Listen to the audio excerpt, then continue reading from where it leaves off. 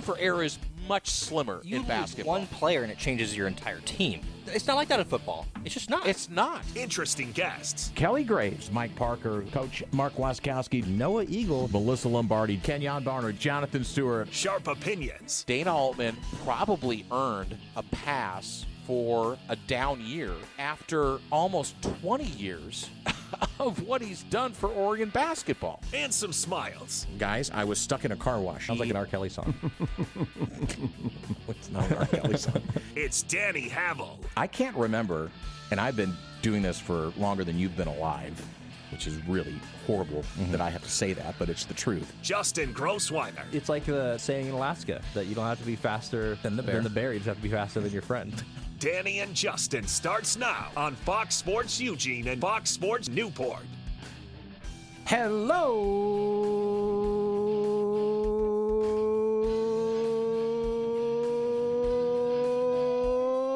neighbors! Welcome high atop the Delta Triad in Crystal Palace. Fox Sports Eugene, Fox Sports Newport, live from the Bigfoot Beverages Studios, the fastest 60 minutes in sports. Yes, my friends, you found us yet again. It's the Danny and Justin radio program. Hi there, kids. Weekend Eve. Not at the Wood, but here in the Bigfoot Beverages Studios. The Oregon Man Clinic's hotline at 541-343-5673. We have a ton to go over, including a separation of men's basketball coach and school, and maybe it's not the one you thought of first, or maybe not last. We'll talk about that. Oregon State men's and women's basketball in action. One team last night, another team tonight. Oregon men's basketball, massive win on the home floor against the higher seed Wisconsin Badgers. The Oregon women get to 20 wins on the regular season as they head back home for Senior Day on Sunday. All of that and the commish, Tyson Alger from Lookout Eugene Springfield and the I-5 Corridor podcast, all on the fastest 60 minutes in sports. Follow us on Twitter and Blue Sky, Danny and Justin. Also, wherever you platform your podcast and or music, you find us there, Danny and Justin. Producer, intern Dom, is sitting in the pilot's chair, making sure we all stay on time. I'm Doc, otherwise known as Danny. That's the name I was given when I came out of my mom. And over here to my right, Justin Grossweiner. We call him Baby J lovingly. What a boy. Well, as you said, it was not the coach that we expected first. And as the great Ricky Bobby said, if you ain't first, you're last. You're last. And, yeah, it happened. Wayne Tinkle got flushed. He's been literally workshopping that. He's been waiting how many hours now? Like at least 2. At least 2 hours. He's been waiting to say that. Oregon State men's basketball coach Wayne Tinkle is not going to return next season. And to me, the biggest question is he going to finish out the year? It sounds like he is. But there's been no official announcement that he's going to finish out the year. I would think that Wayne Tinkle, with his stature and status within the basketball community, he won't quit on his team, even though he knows he's not coming back. And Oregon State won last night. They had to come from behind against San Diego, and then the announcement comes today. Beavs had an 8-point lead within the final minute of regulation, and the Toreros surged to force the overtime. Isaiah Sy recorded a double-double with 16 and 12. Jorge Diaz-Graham on senior night had 17 points, 5 of 8 shooting in his final game at Gill. Johan Munch, love saying that name, 19 points, 8 boards. Josiah Lake had 15 points, 9 assists. Beavers are 16 and 14 on the year, 9 and 8 in WCC play. They're now in 4th place in the conference. It is weird timing, isn't it? I think, yeah, Scott Barnes, the AD in Corvallis, has been under a lot of heat for all the off-the-court, off-the-field stuff with the whole NIL thing that came up during the football season, Blueprint and the damnation and the fundraising for NIL. And I don't know, is this one of those, hey, let's look over here so we're not going to talk about this other stuff for a while? I don't know. Again? So here's the story on if he's going to finish Sure. the season from Pete Thamel. He has been asked by athletic director Scott Barnes to finish the season, but he has not made a decision on that. So that's kind of an interesting conversation. Hey, by the way, we're going to let you go, but please finish the season with us. So wouldn't you think, though, that if Wayne Tinkle had decided he's going to do it, he would have just said right away, yeah, I'm going to go ahead and – because the other Well, phrase it's that one they've game used – plus the tournament. Right. Well, who knows how far they can go. If they hold on to fourth place, they're going to be at least into Friday of the tournament because they get a top four seed. You get buys all the way up to the quarterfinals. This is 3 or 4 games at most. Could be. And it's not like you're looking at half a season here. I mean, an interim coach, I just don't know why it's the end of the world if you have an interim coach. Well, the other question I would have on it is if this was quote unquote, and they're framing it as a mutual parting of the ways, which I don't think Wayne Tinkle said, yeah, I'd like to leave. Thanks. I'm okay with it. I'm good with it. Hence, again, why he hasn't made the immediate statement or they didn't release it to say he's going to finish the season. Mm-hmm. So he's debating whether or not, he wants to hang out on the bench being a lame duck. Well, and maybe he sees that as a distraction to his players. I don't know. Go ahead. I don't know. I mean, it's interesting, though. If you just look at what they've done, if you want to call it the second half of the season. So after they beat Arizona State. The teams they've lost to are not teams that you would sit there and go, wow, like they have a really bad loss here. I guess you could say Seattle U isn't like a great loss, but Santa Clara's near the top of the conference. Pacific's right behind them in 5th place. They beat Gonzaga. They lost to Gonzaga. I thought they beat Gonzaga in one game, didn't they? No, they lost to Gonzaga. That was because Gonzaga had just lost to That was Portland. The women. Yeah, the women Gonzaga. did. Okay. So that's what I'm saying, though. That the teams that they're losing to are not, like, unexpectedly, like, bad losses. So it's been a bad season overall, I would say. Like, not horrible, but not a good season. Last year was definitely a better season for them. But it still seems like I almost can more believe that it's a mutual parting of the ways because of the more recent success that they've had, because it doesn't seem like one of those things where, I don't know, maybe somebody said something behind the scenes. Like, I just don't really, it doesn't necessarily make sense based on what's happened recently. So Wayne Tinkle will not make it to his 13th season. He had 1 year left on his contract, and he got a 4-year contract extension after that magical run back in 2021 where they made the Elite Eight. It was right around the time that you were, right in the groove with Oregon athletics. Mm-hmm. The Beavers that year, if you remember, finished 14-12, but then they won the Pac-12 tournament, upset Tennessee, Oklahoma State, and the Darlings, Loyola of Chicago, and sent Sister Ann packing on their way to the regional final as a number 12 seed. And that got him that 4-year extension. Tinkle's record after last night, in his 12 seasons, 176-204. It was never, that was the high watermark. There was never, after the success he had at Montana with 2 Big Sky regular season titles, 3 NCAA tournament appearances, he never matched that. And the Pac-12 is going to be a legit basketball conference. It definitely is going to be better. Year. So it's Sister Jean, by the way. Sister Jean, not Sister Ann? Okay, no, thanks. not Sister Ann. Got it. Shout out to Sister Jean. Rest in peace. She passed away. I'm sure there was a Sister Ann as well. I'm sure there has been.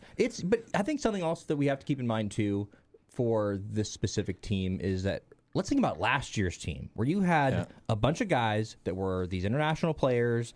They competed really, really well with Oregon in that game. They barely lost. They had a lot of talent that went to other places afterwards. He had to remake the roster once again coming into this year after remaking the roster last year and having a pretty talented roster. But then the situation obviously wasn't as good because you're in the new Pac-12 versus in the old Pac-12. So I definitely think that for Wayne Tinkle, he probably sees this as a situation where he doesn't have to deal with that necessarily the next job he's at. And Coach Tinkle took a circular route when he was recruiting. There was a lot of foreign players. When he was a little ahead of the curve on that. So you take a look at, I think there's probably 7 different countries represented on the current roster, if I'm correct on that. And I might not be. I might be off a country or two. But he didn't dip into the transfer portal a lot. He went outside of that and found players from Europe and adjusted, I think, his style of coaching to some of those players. And unfortunately, it met with middling success. And that's why he's shown the door right now. Listen, let's make no mistake about it. The football program in rebuild mode, the basketball program now in rebuild mode, and the Pac-12 is looming. The TV eyes will be on it, and especially for football, they're going to be fighting upward to try and get themselves to be legitimate in terms of the college football playoffs. So Scott Barnes is rolling the dice, and it'll be interesting, and we'll talk about this more the next time we get some of our Beaver Beat reporters on, is that who does Oregon State go out and get now? Who do you identify as a step up for Wayne Tinkle because you don't want to make lateral moves are not the way to go. You've got to make sure that this is a up-and-comer or a splash hire for somebody that's got a name. And we've been talking about this with Dana Altman, which is you're not going to fire somebody to have an equal. You always want to have a candidate that you see out there that's better. And I think that the timing is interesting because we've been looking at it with Dana and saying, well, who's out there that you sit there and go, well, that would be a perfect fit. I don't know if it's the same. It's the same thing with Oregon State. I don't know who's out there that really makes sense. Yeah, you have to make the same comparison. I mean, maybe Scott Barnes has somebody in mind that he thinks he can get, and he must. I've always said, and this goes into the business community as well, you don't let somebody go unless you know who they're going to be replaced with, or at least the type of person you're going to replace them with, and you think you can get that person. You just don't do it, and especially at a high-level, high-profile job, going into the new Pac-12, you cannot miss on you cannot whiff on this hire. On the football side, Jamarcus Shepard comes from a rock-solid program in the SEC as the co-offensive coordinator, assistant head coach, wide receivers coach. Now, does he have with a head personality for it, too? Does he have a head coaching resume? Absolutely not, but neither did Dan Lanning. So I think Scott Barnes looked 35 miles south and went, you know what? If Oregon can do it, I might be able to do the same thing. Yeah, no, I like what he did with that hire with Jamarcus Shepard, and we'll obviously have to see with the proof in the pudding when that plays out. Yeah. But I think you hit it right on the head. It's the first year of the new Pac-12, and I think it is vitally important on both the basketball and football side. 100%, because you are one of the pillars. Washington State, and obviously you're traditionally like Gonzaga's a better basketball program, but you got to be competitive. You're supposed to be one of the top revenue shareholders in the conference. Like you're going to be in a financially better position than most of the teams and programs. So you've got to capitalize on that. And so.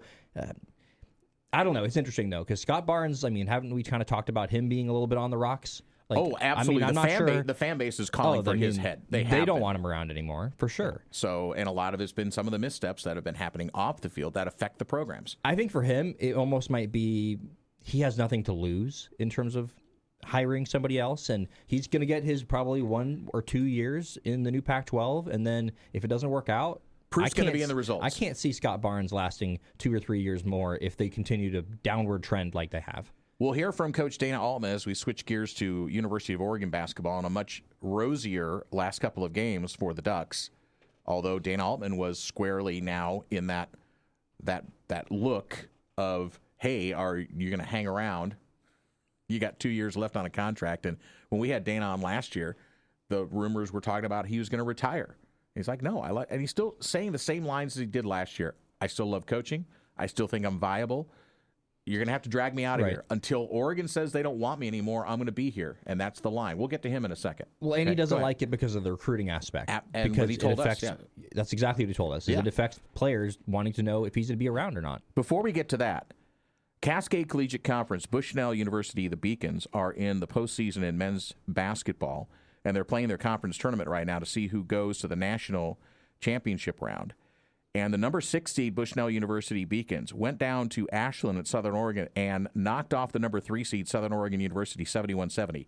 By the way, there were 4 quarterfinal games, and only the top seed Lewis Clark State ended up winning.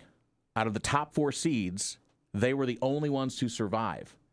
2, 3, and 4 are gone because Corbin beat the number 2 seed, Eastern Oregon. So now it's going to be Corbin and Bushnell in the semifinals at Dave Lipp Court in the Morse Event Center.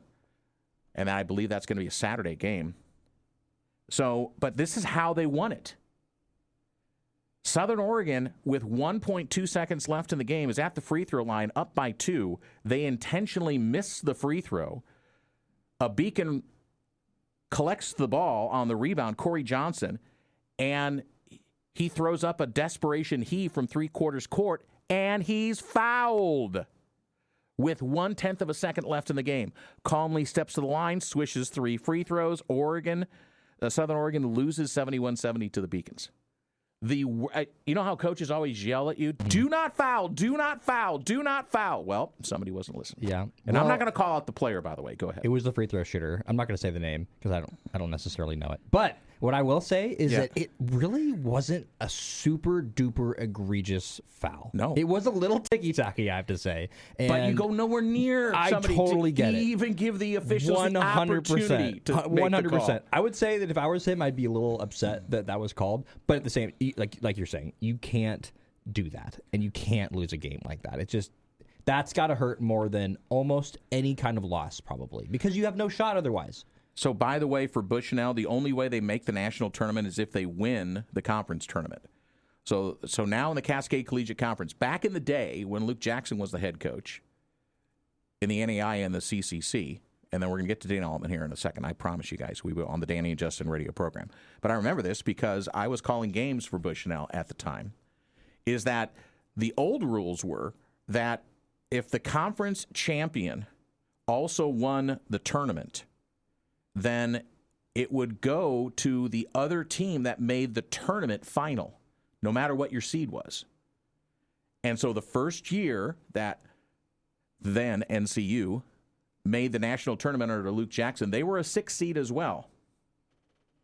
And they ended up going to the conference championship game against College of Idaho, who won the regular season title. And so the Beacons made their way to, at that time, Branson, Missouri, based on them just getting to the championship game. They have since changed that rule. If the number 1 seed wins the conference tournament, the number 2 seed, in this case Eastern Oregon, gets the other automatic qualifier position. We call that the Luke Jackson rule, just so you know. Friend of the program. Friend of the program, as the head coach of the Beacons. All right, so let's talk about a big win. You were there last night, so were you, Dom. I watched it. Where were you? I was watching it at home because it's past my bedtime. It was late. When Nate Biddle was choosing, and I'm reading this from the write-up, when Nate Biddle was choosing where to play college after growing up in Medford, Oregon, or actually probably Central Point because he played for Crater High School in Southern Oregon, he didn't take it for granted what it would be like to stay in state. There's only a few games left in his career with basketball, but he's not taking it for granted now. His senior season was probably highlighted with another big win for the Ducks, third time in the last 4 games now, and Nate Biddle had 20 points, 6 rebounds, 3 steals, 5 assists, and leads Oregon to a convincing 85-71 win over Wisconsin, holding the Badgers to a 33% shooting from the field. He's just one of 41 players to score 1,000 career points or more in the Oregon men's program, and you guys were there, so tell me what you saw. Well, I mean, it didn't start off great. It was, I think, 21-13 Wisconsin, maybe 6 or 7 minutes in. But second half, Oregon 55 points. I mean, they just absolutely looked, again, didn't it start off super great at the start of the second half either, but Nate looked better. He looked like himself again, and he was hitting threes. They got some point guard production, which was really great to see out of Wei Lin. He was really, really important off the bench. He had 13 points. I still think that Dana Altman yells at him more than I've seen any other player. And I did think that at one point Dana Altman was going to get a technical foul. I don't think he has gotten one this season, which would extend his record of never getting one, basically. So have a few games left. But I do think, exactly. And I definitely thought he was going to get one last night at one point when I don't remember what happened. It was like an offensive foul or something that was maybe called. But I think that the team found something. They clearly, the joke is online that Dana Altman aligns Rubik's Cubes. Right. And I thought John Rothstein. John Rothstein. Yeah. And, you know, it got to a certain point in this season where it's like, I don't know if they're going to figure it out. I definitely think they figured something out at this point. Will they go on a run here? I'm not sure. But what they do have is they've got a guy, Nate Biddle, who hasn't been healthy for a lot of the season, who is playing really, really well again. The activity between Sean Stewart and Kwame Evans Jr. was awesome. They were affecting shots, getting tips. It led to turnovers, which they didn't get a ton of turnovers, but those led to transition baskets, which they have not been getting. I don't think they're going to score 85 points every single game, but what I can see this team doing is being really active defensively, which they haven't done all season long. But for some reason, this was the game that they figured it out, and it really affected Wisconsin, who, by the way, and I know I'm ranting here, shot 45 threes of their 66 total shots. That's amazing. And they held the Badgers well underneath their season average in terms of points. You had identified it the other day that Wisconsin likes to score, and they only scored 71 points. As the Ducks now 11-17 overall, 4-13 in the Big Ten. They allowed the lowest shooting percentage by a conference opponent since Maryland shot 27% against the Ducks on January 2nd. And Dana Altman was asked after. So the defense, all of a sudden, like, why now? I wish I could tell you. I don't know. The guys had a little bounce in their step. Like I said, slow start to the game. We gave up 21 points early. I didn't think we were bouncing around at all. And then the second half, we started out slow.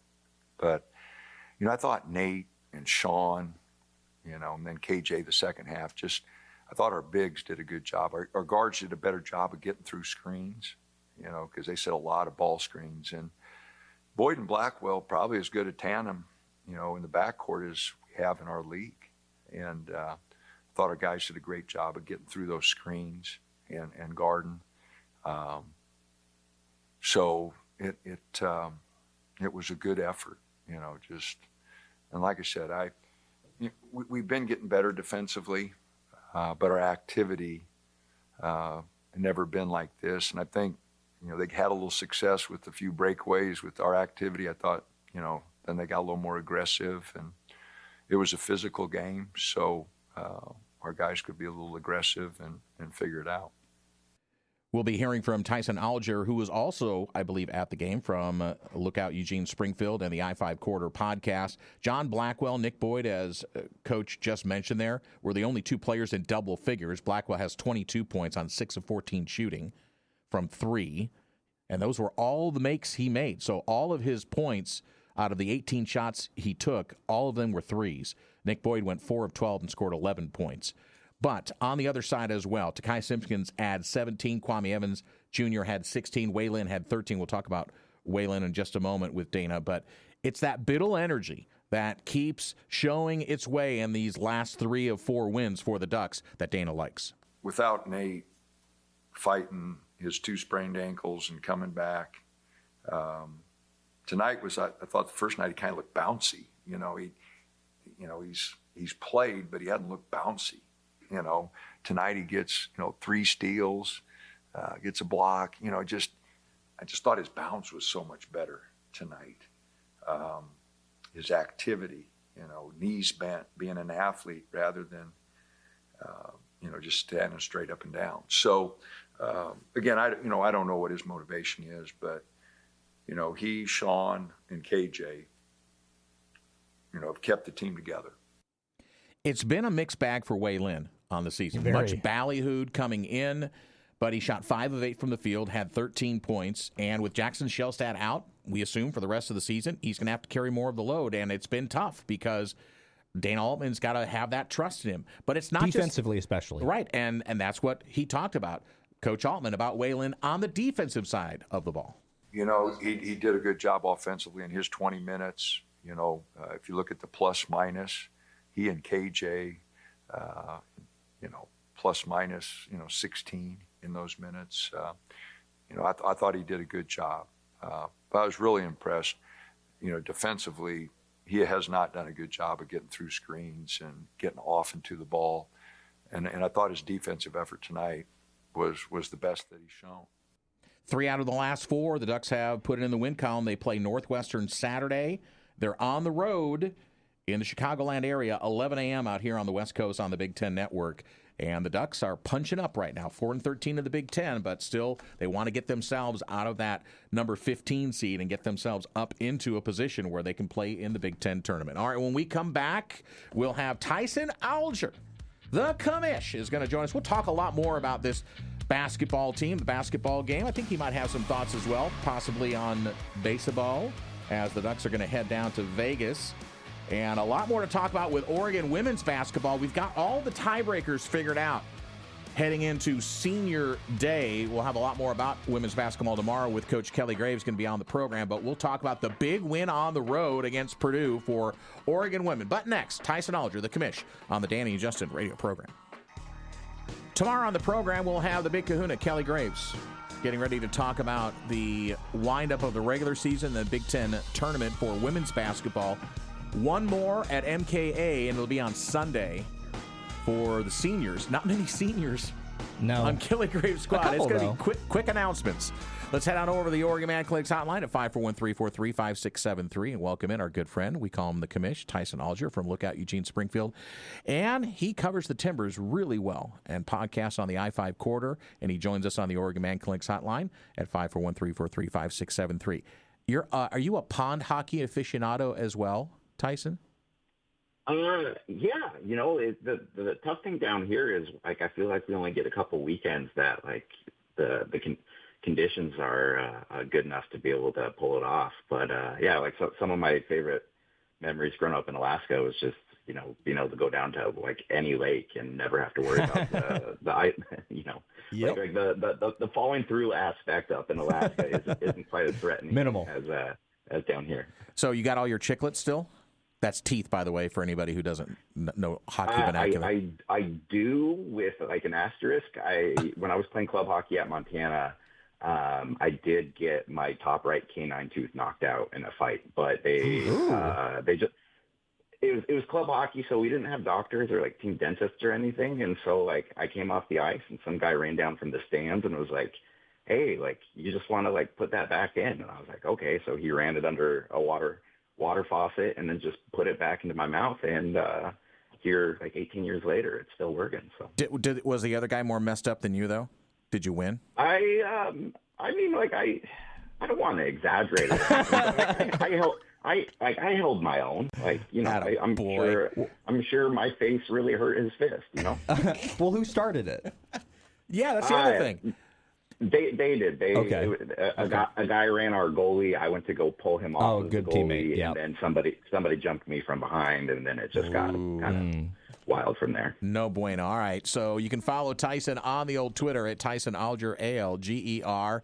And what great coverage he's doing for Lookout Eugene Springfield. You can follow Lookout Eugene Springfield at lookout_ES as he covers the Ducks. We'll talk Timbers as well near the end of it because he does the great podcast on the I-5 corridor and covers the Timbers up there in the Portland area. So, where is this coming from now? Dana's team, Coach Altman's team has been under fire for most of the year, injury-riddled, some dissension off the floor with the fan bases calling for Coach Altman's head, and then here we go, 3 out of 4, including the 1-point win at USC, and a convincing 14-point victory over Wisconsin. So where has this team been all season long, Tyson? Tell me. Yeah, what's funny is we kind of asked Dana that last night, like why now? And he just shook his head and laughed, and then was just like, I wish I could tell you. But what's funny about it though is like in a vacuum, like if you didn't know like how this season had gone, and you had just shown up to Matthew Knight Arena last night for the Venmo rivalry series against Wisconsin. Big natural rivals there on the basketball court. But if you just showed up and didn't know how the year went, and you're like, hey, it's late February, Dana Altman's basketball team is playing great basketball. This is normal. This is how it's supposed to go. But of course, you can't just view it in the vacuum like that. They're 3 weeks removed from a 10-game losing streak. They are at the very close to the bottom of the Big Ten. It's been such a frustrating season. And, I've heard, the same chatter that you guys have online about the fan base and the dissension and whether or not it's time to move on. And I'll even admit that there's times that this year where you've kind of watched these games and seen kind of the stagnation and just wonder what's the plan and can he still kind of navigate this college basketball world. But then to be able to kind of on the same day that there was an ESPN report that came out yesterday that the university is fully committed to him for the next season, and then to be able to go and back that up, not only with last night's win, but it was a convincing win, and it was their third win in 4 games, and that includes the road win over USC. You still you can see that this guy still has his fastball, and he still knows how to coach, and I think he takes a lot of pride in the fact that Wei Lin was making his way around screens yesterday, something that he hasn't done all season, but you can see that development. And obviously we're not going to see this team develop to a point where they're going to make a deep NCAA tournament run this year. It's going to be a prayer if they can even make that, because you have to go win the Big Ten tournament. But I think what you just really needed to see with this year was just improvement and progress, and a coach that can still get his locker room to play behind him. And I think that's what you've seen the last four games, because like these haven't been easy. That's not a bad Wisconsin team there. No. And it was a fun night of basketball. Like that's all it was. Yeah, it was enough to almost make you kind of believe a little bit based on the way that they were playing. And I think you brought up a great point with Wayne and the way he was playing defensively. It's why he hasn't been on the court for very much. And I've been saying this. I think that I've seen Coach Altman yell at Wayne more than I think any other player when I've watched this Oregon basketball team in recent years. But Wayne clearly has something.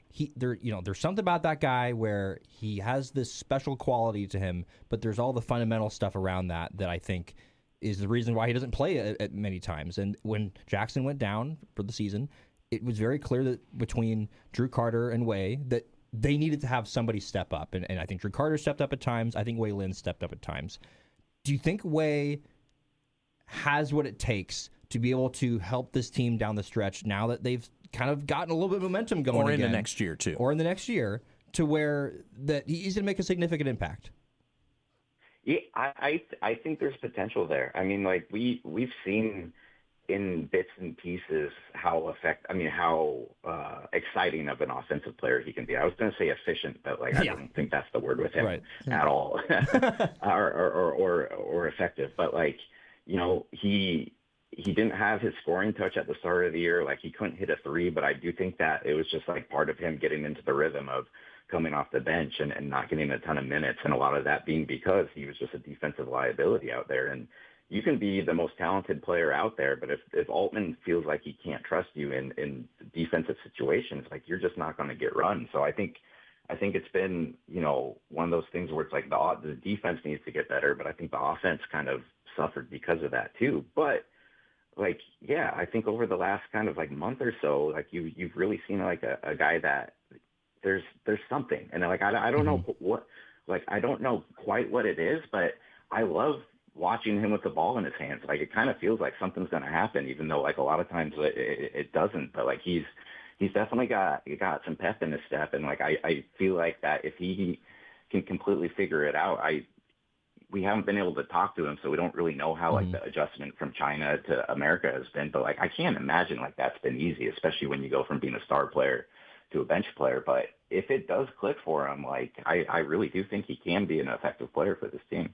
Tyson Alger, Lookout Eugene Springfield, with us here on the Danny and Justin radio program. And he's the ultimate no, yes type of player, I think, at times, where he'll make that shot that you're just like, man, where did that come from? But I think one of the things that came to my head last night watching this game and seeing what this team did defensively against Wisconsin, it felt like there was a legitimate identity that was formed. And maybe it was Nate Biddle. Coach Altman called him more bouncy, and his activity. He had 3 steals. Kwame Evans and Sean Stewart, I think, were a big part of that as well, each adding a steal, 4 blocks for Kwame Evans Jr. as well. Do you think that that's legitimate, that they've created now? I know it's only been kind of this game and maybe that Penn State game. That is there a potential legitimate defensive identity that this team has formed? There's potential there, and I don't know, again, because it's only really started happening recently. But I do think Biddle getting back to 100% healthy is a big factor in that. I think just because he's been playing, people kind of think that he's been at kind of full tilt. But it's this is a 7-foot dude coming out of 2 pretty not great ankle injuries. He's been really gritting it out. And yeah, I noticed that last night too. I thought he was a little bouncier, and also he was just pulling up for some threes too. And I just thought that a lot of things ran through him. And when you're able to kind of see that guy working that hard and impacting so many things, I thought Kwame had a great game. And boy, when he's on, it's just kind of his frame can be so effective with his length. And it's, you don't necessarily have another guy to come in and twin towers it with Nate, but you do have some athletic guys around the perimeter, or kind of not necessarily the perimeter, but wing type of guys. And Dana does like winning with defense. I don't think this is going to suddenly be a great defense, but heck, limiting Wisconsin to, I think it was 33% shooting last night. That's not bad. I want to talk about the remaining part of the schedule and then the opportunity to get into the Big Ten tournament, because it's not locked yet for Oregon to even make it to the Big Ten tournament right now, because only top 15 teams get to play in that. in Indianapolis. But I want to talk more about Nate Biddle a bit. And where, Tyson, do you think Nate will land when it's all said and done in his senior year here? Where people will go back and think and remember Nate Biddle in Oregon history? Because he eclipsed the 1,000 career point mark in this game. And he's been, the Oregon kid making good, and there's been plenty of them. But where do you think he's going to land in the legacy of Oregon basketball when it's all said and done? Nate Biddle is a fantastic Oregon story, and I hope it gets remembered. And I only say that not because of like any of his effectiveness. Like Nate's been a fantastic center for, at least 3 full seasons, and in the other spurts when he was injured, like he has heart. He's been kind of the fulcrum of this team for 2-3 seasons. And I really think that like he's the one that's kind of like holding things together like right now too. Mm-hmm. But he plays at a university that like, on the football side of things, like you remember like the the playoffs and the Heisman winners and like the guys who like, have success at the highest level. Or for like Oregon basketball, you think of like Dylan Brooks and Tyler Dorsey and the guys that made the Final Four. Like I think Nate has the talent and the pedigree and the stats to like be in that pantheon. Like I just hope that he doesn't get lost at all in the, the quote unquote downer years of kind of the Altman era. Cause like I think just, the work he's put in to not only get to like the talent level that he's at, but also just kind of just being kind of like the guy that's held it together. I think it's been an incredibly important thing for Oregon. Couple more questions for you with Tyson Alger from Lookout Eugene Springfield and the I-5 Corridor podcast as he joins us here on the Danny and Justin radio program for a Thursday. 3 games left in the regular season. And again, as I just mentioned, not a lot to make the Big Ten tournament. So I would just throw it out. And in your estimation, is anybody going to want to bet against Dana Altman and his team now these last 3 games? They've got Illinois, number 10 in the country, after Northwestern and before Washington. Would it be out of the realm of possibility? You think Oregon goes on a 6 of 7 to end the season and pushes themselves into the top 12 going into the Big Ten tournament? No. Your voice got really high there, Tyson. I would take them to beat Northwestern, and I would take them to beat Washington. The other one's a different conversation. That's a really good basketball team. Mm-hmm. But, the one thing like that, and it's a bit of a cliche, but like at the very least, like Dana has gotten this Oregon basketball team into the form that it always is at this time of the year, in that it's a team you don't want to play, right? Like I don't think Oregon can go on a run and win the 4 games that you need to win the Big Ten tournament. But I guarantee you, any team that's playing them in there is going like, oh man, I don't want to play Altman in this thing. So right. It's if somehow miraculously they could pull this whole thing off, it would be like the greatest. I'm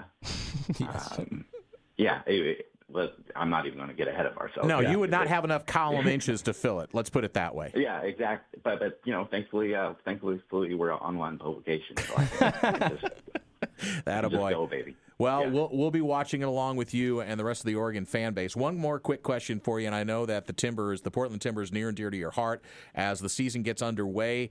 And I think that's been an interesting story the last couple of years with the Timbers and the moves off the field and some of the players that they've brought on, and had a really good opening match. So talk about your estimation of where this Timber team can land this season. Yeah, it's fascinating, especially kind of like in the current landscape of MLS, where you do have teams like Miami that are able to pull in, Messi's and, spend all this amount of money. But like the Timbers are kind of one of those mid-range financial teams in the league. And so they kind of have to get crafty, and they have to kind of have a plan and processes. And so they're in Phil Neville's 3rd season now, and they've been basically a 500 level club the last 2 years. They made the MLS play-in his first year. They made the first round last year, but then they just got thumped in the deciding game against San Diego. So this is kind of like a make or break year for them. And it wasn't necessarily like a transformative off season in terms of like big signings or big stars like lost like it was last year when Evander went to Cincinnati, but they were able to flip essentially flipped David Ayala for Cole Bassett, who's a 24-year-old American midfielder. He came over from Colorado. He's been in the league since he's 17, and in Portland's season opening win on Saturday, like, I just thought he was the best player on the pitch, and it was really fun to watch. Like, he just kind of attacked the game and dominated it from the start. And so I don't, it's a really long soccer season, and this one's really funky too, because they play 14 games before taking essentially a 2-month break for the World Cup, and then it's like a 2-month sprint to the finish after that. So, teams are going to look a lot different in this first part of the season than the second part. But out of all the years I've covered the Timbers, like, I feel like this is the most stable team, and it's a team that kind of knows who they are, and players know, like, their place on their roster and their responsibility. So, if they've been just barely getting into the playoffs the last 2 years, I think that, puts them in position to maybe fight for a 4 or 5 seed this year. But the soccer season's too long, guys. Like that's all the way out in November is when you're talking about postseason. So It's crazy. It is nuts. But, your expertise comes through in your quill, and so thanks for covering the Timbers for all the folks that follow soccer out here, or the beautiful game of football, as we call it in Europe. So, Tyson, we appreciate you, as always, Commish. Enjoy your writings on Lookout Eugene Springfield. Keep doing what you do, brother. Hey, absolutely. Thanks, guys. All right, there he goes, the great Tyson Alger. Follow him on Twitter, @Tyson Alger. All right, so we have figured out what Oregon women's basketball can and cannot do in terms of the standings heading into the Big Ten tournament. We will reveal all and talk about the win over Purdue, and then senior afternoon on Sunday for the Ducks at MKA on the women's side as we round out the program here on a weekend eve. Danny and Justin. All right, immediate correction and fact-checking. I was incorrect in that last interview with Tyson Alger by saying that only the top 15 teams make it to the Big Ten tournament on the men's side. That's only on the women's side, and that will end after this season. The men, all 18 teams make it. Tyson did not want to correct me on the air, but he texted Baby J right after the program, and so I will stand corrected in that. I will stand in my shame. So the Ducks are heading to Indianapolis no matter what, but then it's all about seeding as well. So that one still remains the same. Which is good news. And the Ducks, though, no matter what, I don't think they can get up to like the number 9 13? seed. Well, Didn't 9. you say they could get to 14? They can get to 14, I think, is the highest they can go, which means they'd still have to win 4 games in 4 days. Right. To win the Big Ten championship. Listen, which it's a pipe dream. Let's be honest. Very much but, so. Hey, I think that going game to game, I think they can win any given game. Does that make sense? I think what Tyson said is absolutely accurate. I think that's 100% true. I think there are teams now that Oregon's going to face the rest of the way, including Northwestern Illinois and Washington, and those that they'll face in the Big Ten tournament if it's a couple of games that they don't want to play Oregon right now. No, they don't. And if Oregon fine. wins a couple games, then I think we might start to believe that they could win a couple more. For the second straight year, 9-time under coach Kelly Graves, who will be on this program tomorrow, Oregon is a 20-game winner in women's basketball. Ducks got 19 points from Katie Fiso, 17 points, 8 rebounds from Ahisa Tute. They converted 21 turnovers into 31 points, a 71-65 road win at Purdue and Mackey Arena. They come back home for the senior afternoon at MKA Sunday against Washington. Oregon is now 8-9 in the Big Ten. Purdue falls to 4-13. Oregon was in control of this game with a 22-point outburst in the second quarter, outscoring, actually doubling up Purdue in that quarter, but then they had to kind of hold them off down the stretch again. And this team, I swear, I would just love them to see have a 20-point blowout in one of these games. Make sure Kelly kind of can relax a little bit. Right. But that wasn't the case. So they come back home. We do have the tiebreaker scenarios figured out. Can I run them down for it? I want to give you credit for this. All right. So here's the deal with this as we take a look at the standings. So I was correct yesterday, and I did double verify this on the Big Ten website, is the tiebreakers fall because there is a ton of different tiebreaker scenarios. So there are teams right now. Illinois is in the 8th position, and they're 9-7 in conference play. But they have left Iowa and Minnesota, who I think are 3rd and 4th in the conference. So those are going to be 2 tough games for Illinois to play. They lose both those games, they finish 9-9. If Oregon can beat Washington, Oregon and Washington would finish 9-9. USC plays UCLA, who is the top team in the conference. 27-1 overall. They would finish 9-9. Oregon owns the tiebreaker over Illinois and USC. They do not own the tiebreaker over Washington. So the best case scenario is Oregon finishes as a 9 seed, and they would take on Washington again. Oh, boy. as the 8-9 matchup. That'd be fun. I'm down. In the Big Ten tournament. Sign me up for that. Okay.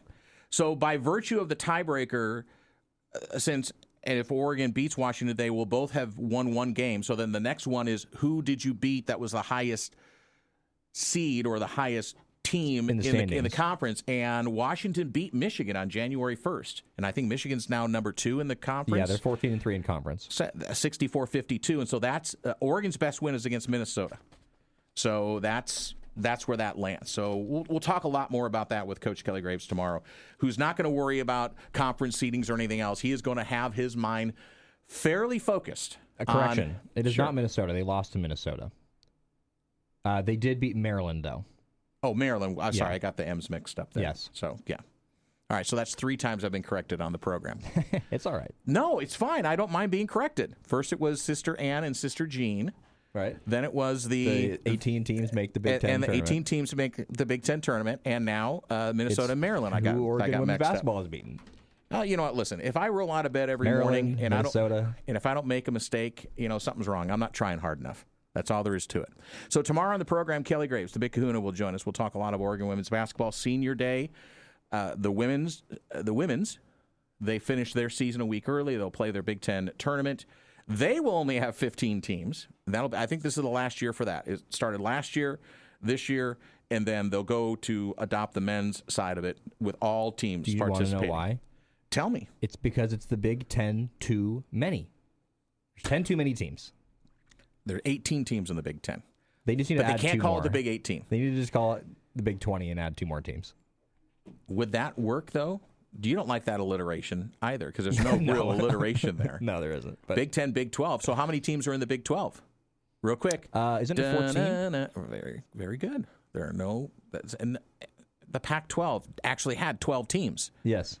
The Pac-10 had 10 teams. The Pac-8 had 8 teams. The Big 10 had 10 teams for a long time. My favorite was when they had the logo that was the Big 10, but then it was like an 11 in the silhouette. That was always a really good logo. Every time I hear 11, all I can think of is Spinal Tap. When Not you turn Stranger it to Things. 11. That's interesting. You turn it to 11. That was one of the best lines that Christopher Guest ever had with the amplifier. Oh, a joke! I got fired from the bank today. A woman asked me to check her balance, so I pushed her. Dad jokes! How many psychiatrists does it take to change a light bulb? Ooh. How many psychiatrists does it take to change a light bulb? Well, only one, but the light bulb really has to want to change. That's a good one. I like that. You like that one? Yeah, I like that one. I kind of like that one, too. I have to tell that one to my daughter, torture her for a little bit. All right, so if you missed any of Tyson Alger from Lookout Eugene Springfield and the I-5 corridor, or any of our program, you can go back to the podcast, which is going to be up shortly, wherever you consume your quantities of music, podcasting, the murder mysteries.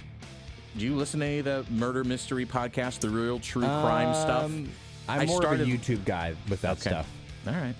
But I don't hate it. I could see the podcasting being good. Okay, especially on long drives. Yeah. So tomorrow on the program, Kelly Graves, Big Kahuna. We wind out the week. Big bets. Goose will be in the studio. We're going to have to set up like an alternate studio because I don't know how we're going to fit 5 people in this closet that we have. We only have 3 microphones. So we'll set up the remote gear in another room, and 2 people can sit back over there when we do big bets. So you can join us tomorrow as well for that. For intern producer Dom, right over here for Baby J, I'm Doc. Thanks for tuning in. Put a smile on your face. Someone else's. They deserve it. So do you. Be safe out there. Be careful.